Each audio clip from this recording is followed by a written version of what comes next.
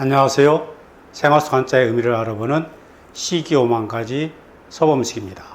지난번 영상에서는 사람이 항상 지켜야 할 5가지 도리인 인의 예지 신과 곡식이 익어서 늘어진 모습의 이삭수자까지 알아보았습니다.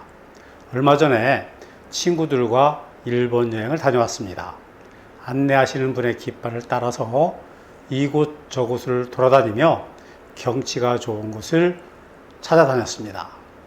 여행을 국어사전에서 찾아보니 자기가 사는 곳을 떠나서 유람을 목적으로 객지를 두루 돌아다님이라고 나와 있습니다.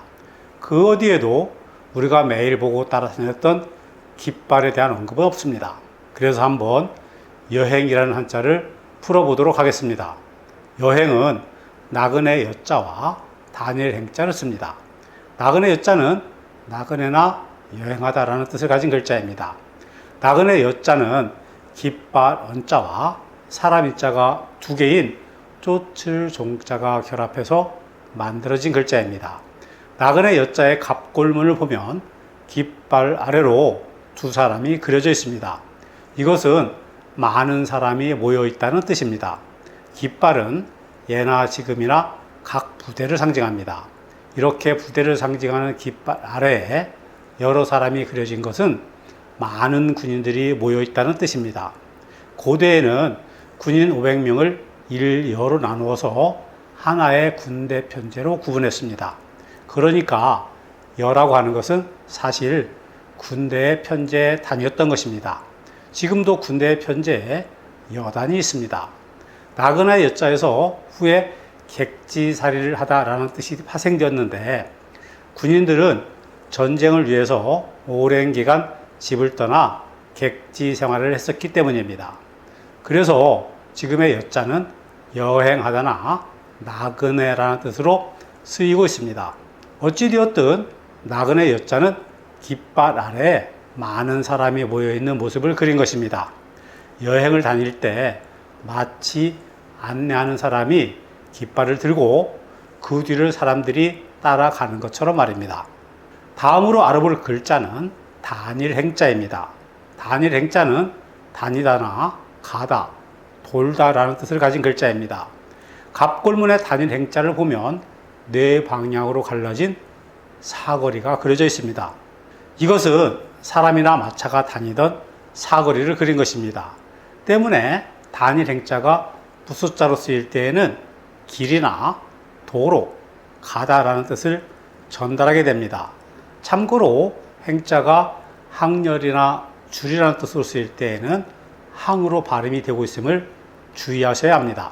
그래서 여행을 글자 그대로 풀어본다면 깃발을 들고 있는 사람을 따라서 여러 사람들이 같이 도로로 돌아다니는 것이 바로 여행이 되는 것입니다. 또 여행과 비슷한 말로는 관광이라는 말도 있습니다. 관광을 사전에서 찾아보니 다른 지방이나 나라의 풍경, 풍물 따위를 구경하고 즐김이라고 나와 있습니다. 여행과 구분지어서 말을 하기가 곤란합니다. 관광을 한자로는 볼관자와 빛광자를 씁니다. 관광을 글자만으로 가지고 풀어보면 빛을 본다라는 말이 되는 것입니다. 무엇을 본다는 말일까요?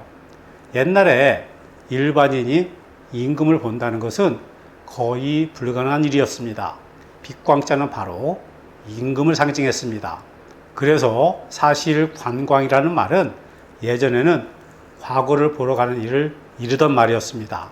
옛날에 과거는 3년에 한 번씩 있었고, 과거를 준비하던 사람들에게 과거 준비는 엄청난 스트레스이기도 했습니다. 하지만 과거를 보러 가는 것은 공식적으로 서울로 놀러 갈 수 있는 기회가 되기도 하였습니다. 그런 의미에서 임금을 볼 수 있는 과거를 보러 가다라는 의미가 유람하다라는 의미로 바뀌게 된 것으로 보입니다. 굳이 여행과 관광을 구분해 본다면 여행은 깃발을 든 안내자가 있는 반면에 관광은 깃발도 안내자도 없다는 차이가 있는 것입니다.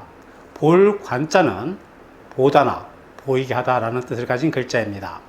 관자는 황새 관자와 볼 견자가 결합한 모습입니다.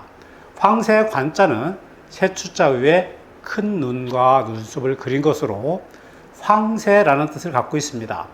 황새 관자는 큰 눈과 눈썹이 도드라지게 황새를 잘 표현한 글자입니다. 이렇게 황새를 그린 황새 관자에 볼견자를 결합한 볼관자는 나무에 올라가 있는 황새처럼 넓게 보다라는 뜻도 함께 가지고 있습니다.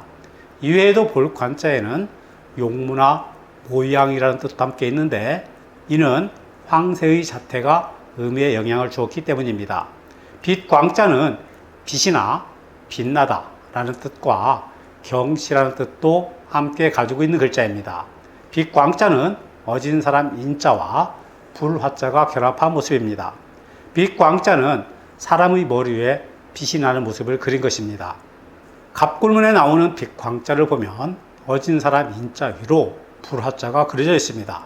이것은 사람 주위가 매우 밝게 빛나고 있음을 표현한 것입니다. 그래서 빛광자는 빛이나 비추다라는 뜻을 갖게 되었고, 빛이 나는 사람 또는 빛을 비추는 사람, 임금의 의미도 함께 가지고 있는 것입니다. 오늘 함께한 글자들을 정리하도록 하겠습니다.